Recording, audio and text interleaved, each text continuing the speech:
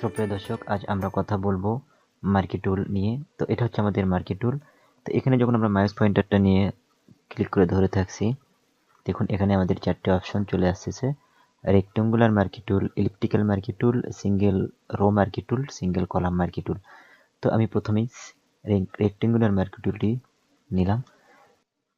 তো এর কাজ হচ্ছে ইমেজের কোনো একটি অংশ বা পুরো ইমেজটিকে সিলেকশন করা। আমি এইভাবে ধরে যে কোনো একটা অংশ সিলেকশন করতে পারবেন এবং এই সিলেকশন করা অংশটুকু এইভাবে যখন তখন সরানোরা করতে পারবেন।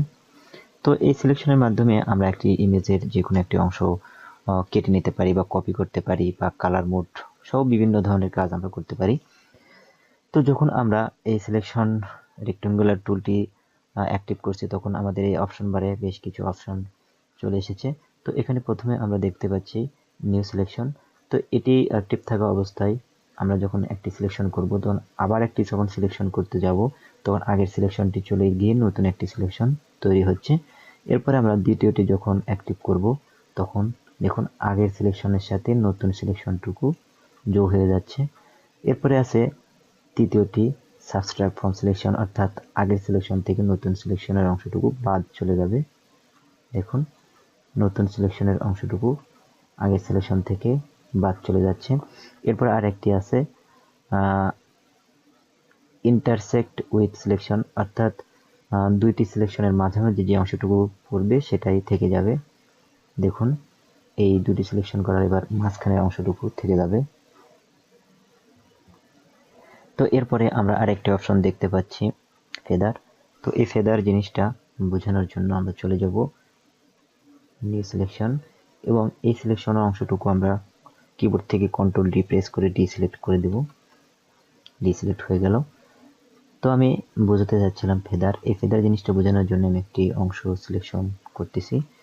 এবার আমি মুভ টুল সিলেক্ট করে এটাকে একটু সরিয়ে নিচ্ছি। আবার আমি সিলেকশন টুলে চলে গেলাম এবং এবার আমি এখানে 20 পিক্সেল ফেদার দিব। দেওয়ার পরে আগের সিলেকশনটি ডিসিলেক্ট করে দিচ্ছি। এবার আমি এখান থেকে আরেকটি অংশ সিলেক্ট করব। আবারও আমি মুভ টুল সিলেক্ট করে এটা একটু সরিয়ে নিচ্ছি। দেখুন আগের এই সিলেকশনটুকু আমরা যখন কেটে নিলাম, তখন এটা খুবই স্মুথলি কেটে এসেছে। কিন্তু আবার আমরা যখন এখানে 20 পিক্সেল ফেদার দিলাম, তখন দেখুন এখানে একটু ঝাপসা মতো চলে এসেছে। তো এটাই মূলত ফেদারের কাজ। কন্ট্রোল ডি প্রেস করে ডিসিলেক্ট করলাম, কন্ট্রোল অল্টার জেড প্রেস করে আমি আগের অবস্থানে চলে আসলাম। তো এরপরে আমরা আরেকটি অপশন দেখতে পাচ্ছি স্টাইল। তো এতক্ষণ স্টাইলে গেলে আমরা তিনটি অপশন দেখতে পাচ্ছি: নর্মাল, ফিক্সড অ্যাসপেক্ট রেশিও আর হচ্ছে ফিক্সড সাইজ। তো এতক্ষণ আমরা নর্মাল মোডেই ছিলাম। তো এরপরে আমি যাব ফিক্সড অ্যাসপেক্ট রেশিও। তো এখন দেখুন এই দুইটি ঘর ইনঅ্যাক্টিভ রয়েছে। তো আমি যখন এটাতে ক্লিক করব, তখন দেখুন দুটি ঘর অ্যাক্টিভ হয়ে গেল। তো এটা হচ্ছে আপনি রেশিও বা অনুপাত অনুসারে আপনি একটি অংশ দিতে পারেন। আমি যদি ধরলাম এখানে 2 আর এখানে 4 রাখলাম। তো এবার যদি আমি একটি অংশ সিলেকশন করি, দেখুন আমি আমার এই সিলেকশনের ওয়াইডটা হাইটটা ওয়াইডের সাইডে দ্বিগুণ হয়ে যাচ্ছে, কারণ আমার এখানে 2 4 এখানে দ্বিগুণ করে দিয়েছি, বিধায় এই রেশিও অনুসারে আমাদের সিলেকশনটাও হয়ে যাচ্ছে। আপনি এখানে যে সংখ্যাগুলো দিবেন সেই সংখ্যার রেশিও অনুসারে এটা সিলেকশন হয়ে যাবে। এরপর আমরা দেখব আরেকটি অপশন ফিক্সড সাইজ। তো ফিক্সড সাইজ করার পরে এখানে আপনি নির্দিষ্ট একটি মাপ দিতে পারবেন। ধরুন আমি এখানে দিলাম,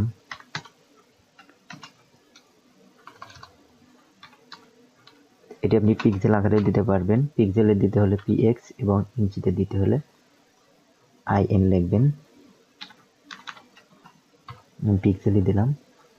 তো এবার আমি যখন একটি ক্লিক করব, দেখুন এটি পিক্সেল অনুসারে 300 পিক্সেল বাই 300 পিক্সেল অনুসারে এটি সিলেকশন হয়ে যাচ্ছে। এটি শুধু একটি ক্লিক করলে একটি সিলেকশন হয়ে যাবে।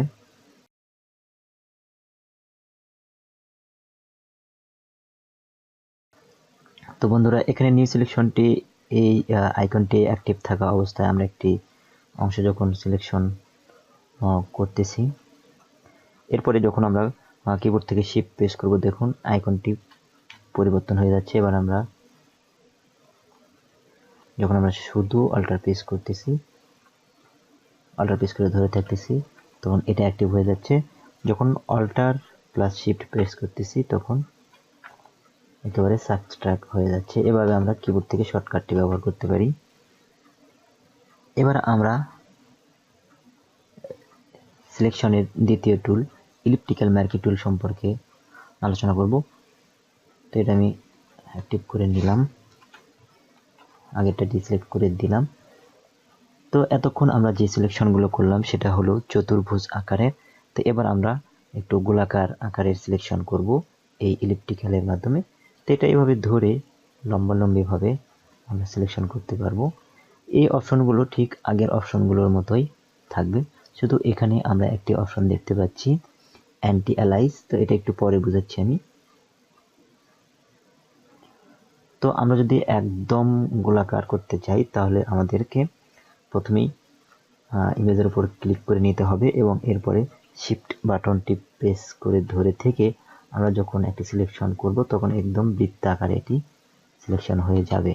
কিন্তু আপনি যদি পূর্বেই শিফট বাটনটি প্রেস করে ধরে থাকেন তাহলে কিন্তু এটার কাজ করবে, তখন এখানেই পরিবর্তন হয়ে যাবে। এজন্য আগে মাউস পয়েন্টারটা ক্লিক করে নিতে হবে এবং এরপরে শিফট বাটনটি প্রেস করে ধরে থেকে এটাকে ড্র্যাগ করতে হবে। তো এরপরে আমাদের রয়েছে সিঙ্গেল র মার্কি টুল। এটি আসলে তেমন কোনো কাজ নেই। এটি যে কোনো একটি পিক্সেলকে সিলেকশন করার জন্য এটি ব্যবহৃত হয়। এটি আসলে বিভিন্ন দাগ টানার ক্ষেত্রে এটি বেশি ব্যবহৃত হয়।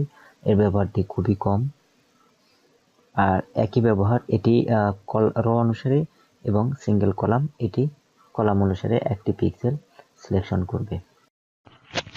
তো বন্ধুরা, এবার আমরা আরেকটি টুল নিয়ে আলোচনা করব, যেটি খুবই চমৎকার একটি টুল সিলেকশন করার ক্ষেত্রে। সেটা হচ্ছে আমাদের ম্যাজিক ওয়ান টুল। এটি মূলত কালার ওয়াইজই সিলেকশন করে। তো এটি সিলেকশন আপনি এটি অ্যাক্টিভ রেখে যে কালারের উপর মাউস পয়েন্টার রেখে ক্লিক করবেন সেই কালার ওয়াইজ অটোমেটিক্যালি এটি সিলেকশন হয়ে যাবে। দেখুন। তো এই টুলটি অ্যাক্টিভ করার সঙ্গে আমাদের অপশন বারে বেশ কয়েকটি অপশন চলে আসতেছে। এই 4টি অপশন আমাদের আগের সিলেকশনের ন্যায় কাজ করবে। নতুন 2-3টি অপশন আছে এখানে। তার মধ্যে প্রথমটি হলো টলারেন্স। তো এই টলারেন্সের এই মাপটি আমরা যত বেশি বাড়িয়ে দেব তত বেশি এরিয়াটি সিলেকশন হবে, অর্থাৎ তত বেশি কালারগুলো এটা ধরে নেবে। আর যখন আমরা এটা কমিয়ে দিব তখন এটা তার মানে কাছাকাছি খুব নিকটবর্তী কালারগুলোই এটা শুধু সিলেকশন করবে। এবং যখন এটা আমরা বাড়িয়ে দেব তখন আরো বেশি কালার ওয়াইজ এটা ধরে নেবে।